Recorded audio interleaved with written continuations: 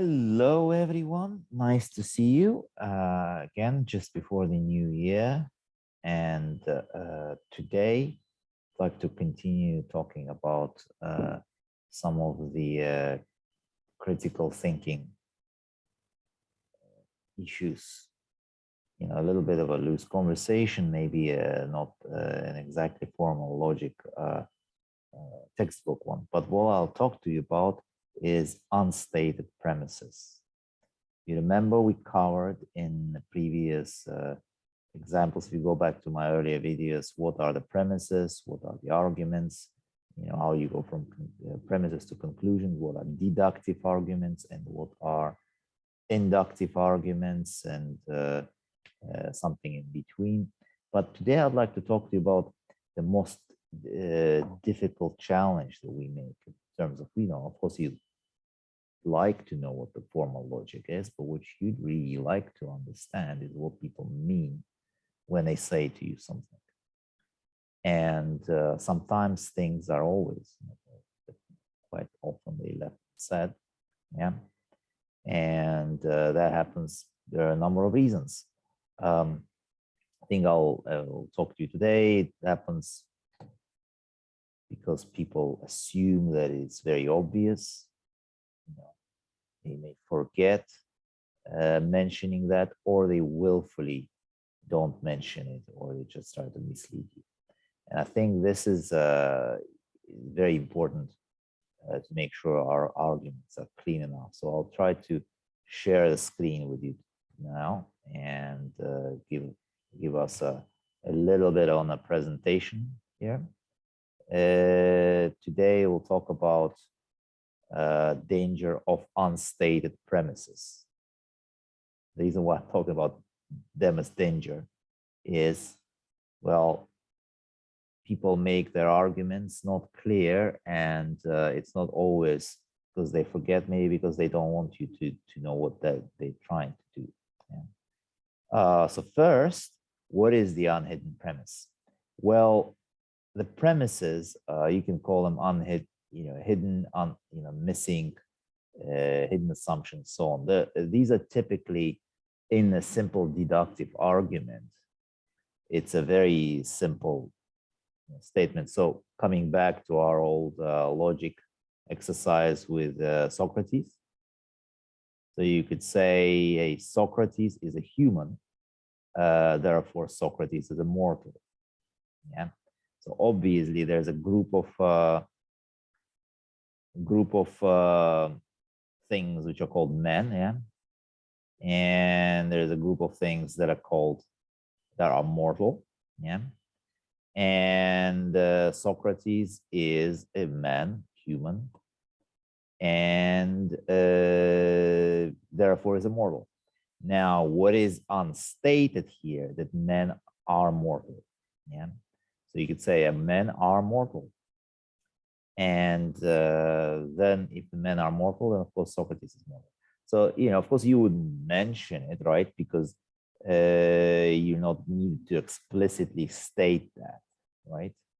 Why would you need to state that? It's obvious, but it may be obvious in this case, but it's not always obvious in many cases. And I think sort of the arguments usually, just to remind yourself, you get, argument is usually making in the form of premises. So, premise one, say, premise two. Okay, you get these two premises. If they work, then there is a conclusion, right? Okay, so that's how it should, that's sort of where you are. And then obviously, if one is left unsaid, you kind of go from one to another and you go straight to conclusion. You might not understand how you derived that. Yeah. So the hidden conclusions are also called enthymemes. Meme is not a new word. Yeah, it is a word that's been used in the past. It's a Greek word, as usual. It's a rhetorical syllogism used in oratorical practice. And we're not going to go through what kind of types of enthymemes are, but let's just an example here from the World War I. I guess it's the commercial or an ad here from contemporary advertising. It said, when you ride alone, you ride with Hitler. I guess that's from the World War II. Yeah. So when you say, when you ride alone, you ride with Hitler, and that is because you ride alone, you waste fuel that could be used by American troops battling Hitler. So now the conclusion left you have to make, well, you have to join a car sharing club today. You know, don't ride alone, otherwise you ride with Hitler, and join car sharing club today. Pretty strong statement. And obviously that's because car sharing club conserves fuel and supports the troops, therefore, because they're battling Hitler. Now, the unset premise here is that wasting fuel supports the enemy. Sorry. And then you say, well, how? Now you can start asking question, how is the wasting fuel supports the enemy? Well, if you use the fuel in your car, there's less fuel left to be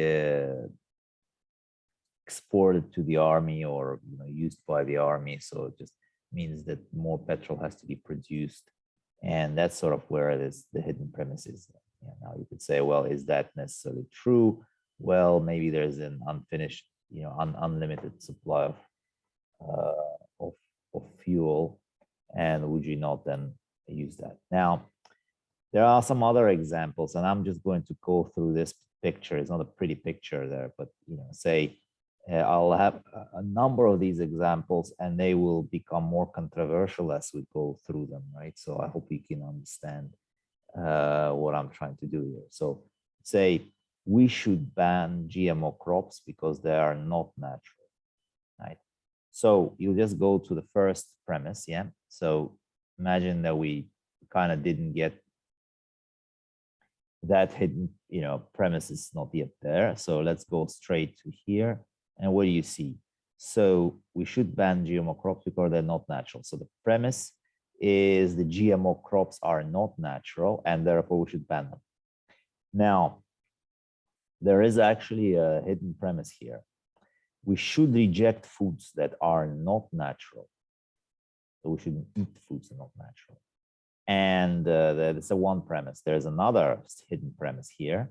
I would even say there's this one here and there's a two there, that foods that aren't found in nature are wrong. Okay, these are pretty strong statements, and they are not substantiated here in this argument. And I think that's because, and that's very important, that I'm trying to explain with my pyramid what I'm trying to do. They're all value-based, okay? And values are strongly linked to your beliefs. Now, the beliefs that you formed are not necessarily logically derived, right? So you can believe in God, you can believe in communism, you can believe in something that is, very logical for you, but it actually has underpinnings of a value system. And because the value systems are different, this is where most people disagree on, right? It's really because of values. So right now, and pretending that we're trying to make logical arguments. So now you said, okay, let's use only natural organic food. Now, let's say how this originated. Now, would you, of course, in the past, people probably ate only organic food because only one was available. Then as capitalism developed and as the food production increased, the business appeared and agribusiness appeared. Of course, there's more and more let's say not natural production. The animals are in cages, then there's more population growth, and the growth population requires more food gets produced, and that food production, you'll need to increase the number of crops. So then the crops become, genetically modified. Anyway, people modify genetically crops all the time. Yeah, they modify them all the time. Just doing it a little bit more. There's nothing wrong with that. Now, well, say I said nothing wrong with that. I apologize because some other people it is very wrong. And that is because they have an underlying value system. And that value system says, okay, we should only be existing in harmony with nature and do not modify nature. And anything that's sort of its nature, right? Now, if you're against, let's not say this, if you're actually doing something to spoil nature, and that's GMO is part of that, it's, you know, pretty bad. Now, well, you say, well, if we don't have GMO, we don't have, you know, kind of genetically modified, if you don't have production farming, if you don't have this, then the people will starve. And now this is actually then nature value against human value start to be in conflict, right? And so people who value being in harmony with nature a lot more. I mean, that's the whole ecological thinking that comes into fore, you know. And you know, they obviously, you could say, well, it's a science-based, etc., but actually at the end it's value-based, right? So you're saying, well, we should be, you know, in harmony with nature, you know, whatever that means. It means something for you, but it is not, let's say, that particular statement that the foods are not found in nature are wrong is something that is kind of stated very clearly, right? I mean, it's hidden because otherwise it creates a lot of problems. People say, well, you know, we don't agree with that. We eat a lot of genetically modified food anyway. Yeah. So let's try the same exercise with a couple of other things, you know, and you know, I kind of talked a little bit here, but let's say this one, I actually came from news recently, yeah, and this is about the octopi rather, and I apologize if my English is not good. Yeah, octopi. So octopi are sentient. That's what people are saying, that octopi are sentient, and it's kind of one step above the aware, you know, the consciousness, you know, so you can be conscious, but you don't have to be sentient. So lots of animals, maybe at some lower stage of life, you know, they're conscious, you know, definitely some, you know, invertebrates and, you know, bugs at all, they are probably conscious because they are actually, you know, performing tasks, and they are kind of a unit of life that is self-contained, and it's performing something, and it's, you know, probably is aware of that it is there, exists. However, it's not sentient, and that sentience is this an additional factor that you may be able to feel pain and emotions. Your intelligence is too high, and that sort of intelligence, although intelligence and consciousness and sentience are not one thing together, but you're actually able to feel emotions, right? So now you'd say, okay, now I've found that octopi is sentient, and therefore you should never be commercially reared for food. I think the piece of news was about octopus farm being opened. Yeah. Okay, let's take that argument apart. Yeah, I think the hidden premise here is the any sentient beings should never be commercially reared for food. Yeah. So at the bottom of the pyramid, we have this assumption that there are actually two assumptions that animals are sentient, yeah, and more animals say will become sentient. And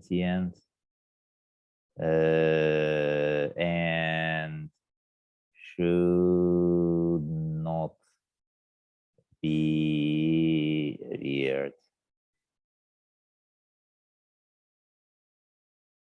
for food. Sorry for my. Okay, so cool. So now you'd say that's cool. That's one. Now, what does that mean here? Actually, this one is even, you know, thought. You know, you'd say, well, you know, how do you know it's sentient? What, you know, what are the criteria of sentience? You know, how do you draw a boundary between where the animal is, you know, sentient, and at some point it is not sentient, you know? You know, is the boundary at the octopi?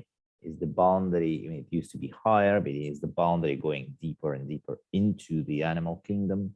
You know, at some point you kind of cut off and say, well, maybe we'll get all the way to the corals, yeah, or that, yeah. Now, because once you open, conscious, is animal conscious? Probably yes. I mean, plants, and that's a kind of a big deal here, whether vegans and people are not vegans disagree. And are plants conscious? Well, the plants are aware of themselves. Probably they do react to stimuli, and more than that, they probably have beginnings of nervous systems. So yeah, these are all very debatable things. They're not closed, but I think at least that argument is out there in the open.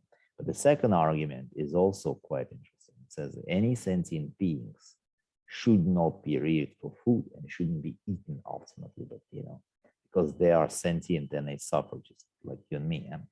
Now, that is another value statement. So first of all, you would assume, well, if you could say you can build two, I mean, it's not very clear, but you say sentient being. If it was one strong argument, if the sentient being is just a sentient in the same way as you and me, it become basically a human, then it shouldn't be eaten for food. Now, you would say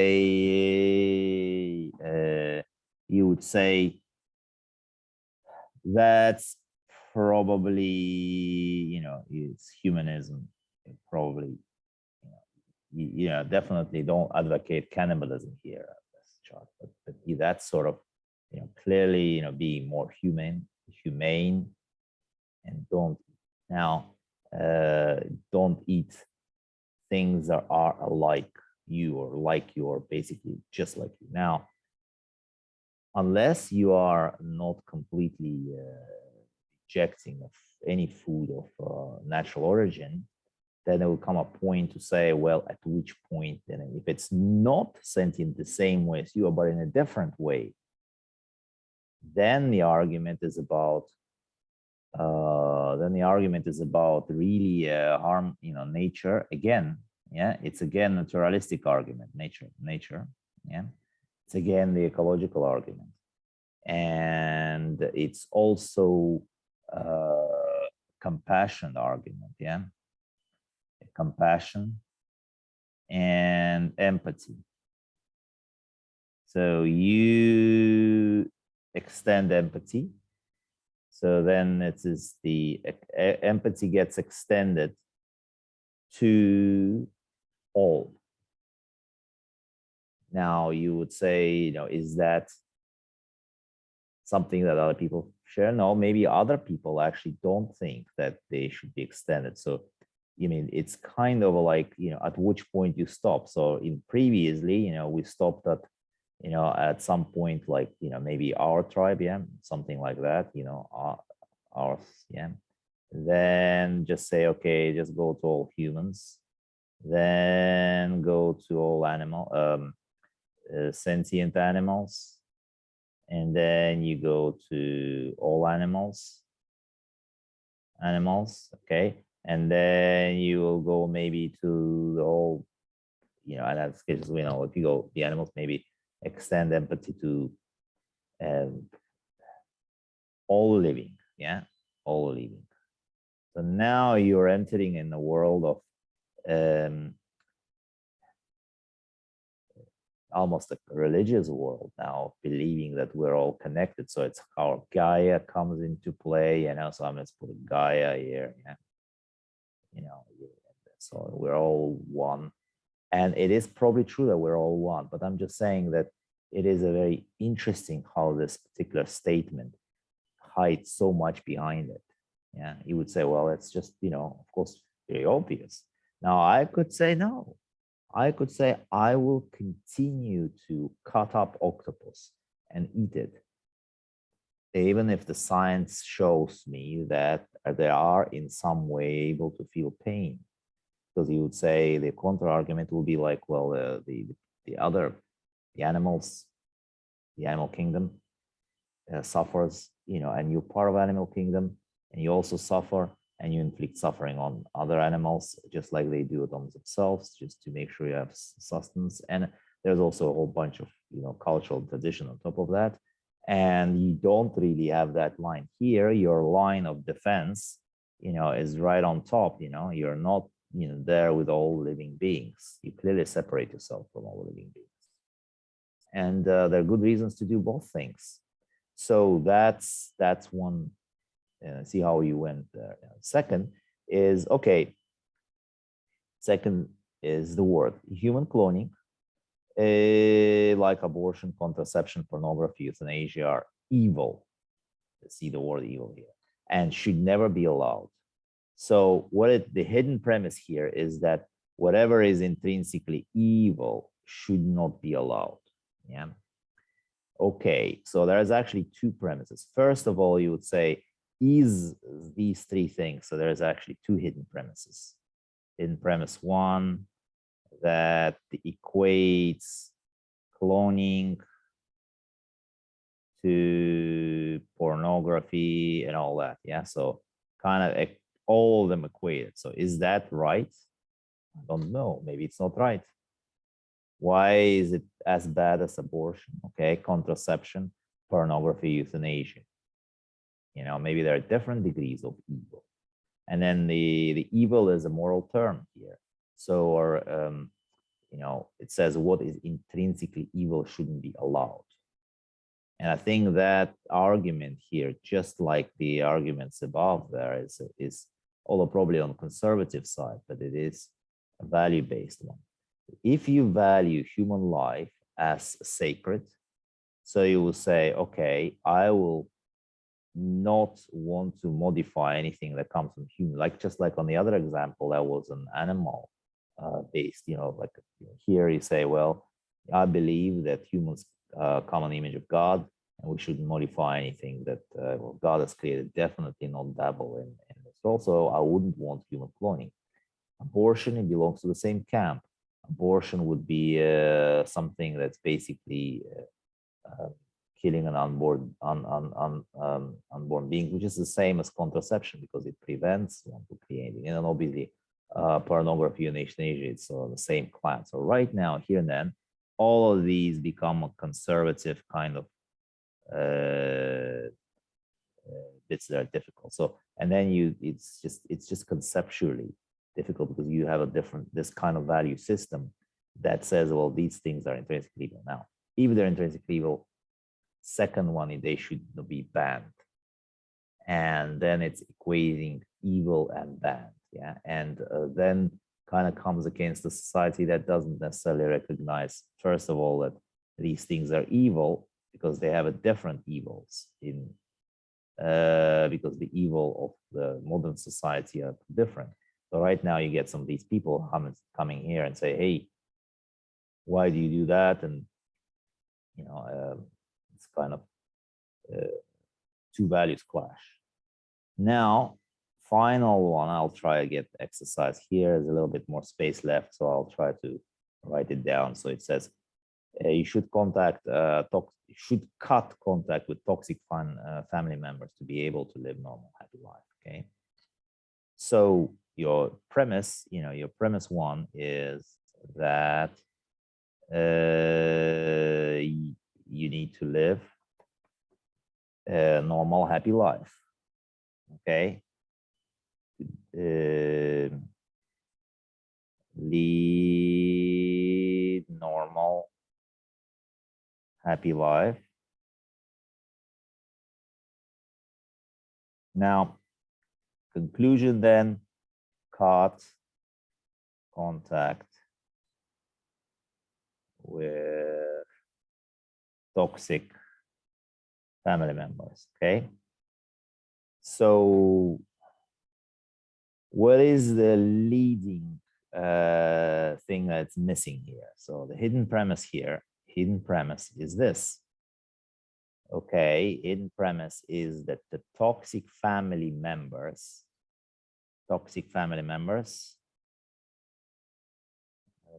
do not allow you to lead such life. Yeah. Okay, so they prevent you. So that's not written here, but it says, okay, you should. Now it said will be. Now there's another value-based thing. So the first one is that will the toxic cutting the tie with toxic family members will allow you to lead a happy life. You know, there are many doubts about that. And then second is that the word toxic, are these family members toxic? So you should, obviously this is a value laden, thing here. And this is, so you get two kind of issues here you can take issue with, right? And you can say and try to break them apart. You'd say, okay, are you sure the family member is toxic? And what do you define toxic by? That's the other very different things, because things like that are not very well defined. So toxic in terms of beating you up or being passive aggressive with you, or you have maybe arguments yourself. Too often I find, and on various threads, that people would object to other family members, other people in their life, saying that they're narcissistic or toxic. And these words are, I assume that the other side also tells the same thing about the people who accuse them. And so it's very difficult to find out the truth. Of course, the ideal world, they would probably, understand each other, problems and differences. But right now, that kind of statement dominates one type of, if I roll a triangle, it's basically a value of if you're individual, so you would then, that's your value, right? If you are not individual by family oriented, yeah, family culture, maybe more conservative cultures like ours, then the family dominates, and this statement is not acceptable. You would say, it would be the opposite statement. You would say, despite families being difficult, you should maintain them. And it's a completely different thing. And both of these, they don't have any specific logical, truth or not. So that's the other thing is, the truth of each statement depends on the value you attach to them. And because of that, it's kind of difficult here to, let's say, stop sharing here. But that sort of makes these kinds of arguments difficult. I've just tried recently to talk about this, family reconciliation on, I think, on one of the Facebook chats, and it's it creates a lot of strong emotions on both sides. And I do find that the people from Western societies are a little bit more, quite a bit more, supportive of the individual choice, and maybe even more individual choice that you don't know where the toxic ends, where is the boundary between something that is acceptable. At some point you could say, well, I just didn't like his behavior, and I can walk away anytime. Now, okay, you're a free agent, but what kind of thoughts you had in your head when you made that decision? Would you come to regret it? Did you really look at all the other possible options with you? I'm sure they will say, we looked at it, and who are you to judge? Now, of course, we are no one to judge, but the point is that it is a little bit easier to make that decision if you're already on that value spectrum than if you're on a very different value spectrum when the family is sacred, and then you have to break with it. It's just much more difficult to break with that, and then maybe you will stay in and suffer more. Here you will probably move on and lose, and maybe suffer because you then lost something.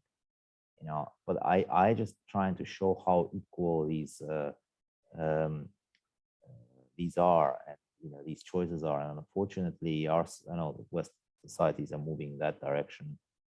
I can't stop them; they can't stop themselves. I mean, that's where the individualistic culture comes in.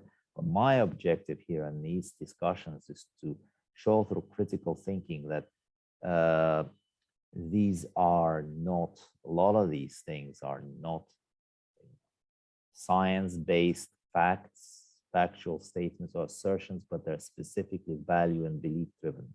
And the belief comes back to, well, it comes back to your kind of, if it's a religious belief, it comes up with your book. If it's this individualistic belief, that comes into the liberal myth, and we'll talk about this later. But whether the people absolutely have free choice, and they can make clear cut decisions, and they are the absolute agent. And I mean, that's great, but that's one thing. And then there's also ecological thought that says something different, that people are not really free agents, and they have to be joined up together, and they're part of the nature. And but then these things combine in quite an unusual mix to create um, these kinds of lines of thoughts we see today. And sometimes things are very confusing, because you would say individual personal probably don't understand where his values come from. I mean, he just accepts them as they are, part of life fabric. Just like me or somebody in more conservative society accepts the family as life fabric, and that's how it is. The society is so fluid that you don't see the changes. And then you say, wow, how could people believe something that was so obvious 100 years ago? It was wrong. It was clearly, and then sometimes you get these crazy statements. It was wrong then, and it is wrong now, or now it's wrong then. No, it wasn't wrong then. No, your society has changed. You moved on. Now you live in this cultural milieu, and you kind of think that this is somehow and logically wrong, but you're just part of that particular slice of time in that society, and that's where majority, or at least the active participants in that society, I mean active people, think that this is these are kind of the moral codes, and unfortunately moral codes differ. And I think this is how far I got my conversation on the unstated premises. But the reason why they are so important is that you have to drill underneath people's statements then to understand their motivations and where they are actually coming from, and what is the basis of their statements. And it's probably a belief, and that's why, yeah, communism, liberalism, ecologism, whatever you call that, new movement, climate,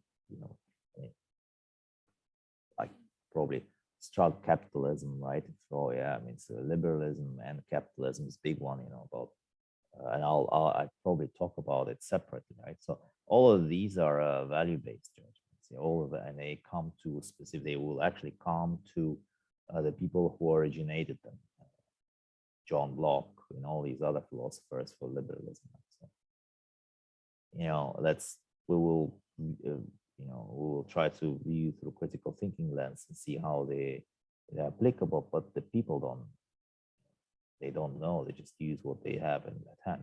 So it's all for us to actually, for you, to be able to get through these statements. So again, to recap today, we talked about what is essentially statements that are missed out from the deductive arguments, and missed because it's simply kind of a, people think it's unstated truth, or maybe they try to uh, hide their arguments or hide their, you know, purpose, or hide the fact that it's a belief. And please just, you know, try to see more of these, and I think we'll come to review these things more, and I think I'll probably try to drill deeper into these um, foundational value things for different people. And, you know, I'll try to take a dig at you know, the Western thought and the Eastern thought, and how we're different, and, you know, how can we come together maybe in the future. Thank you very much. Bye.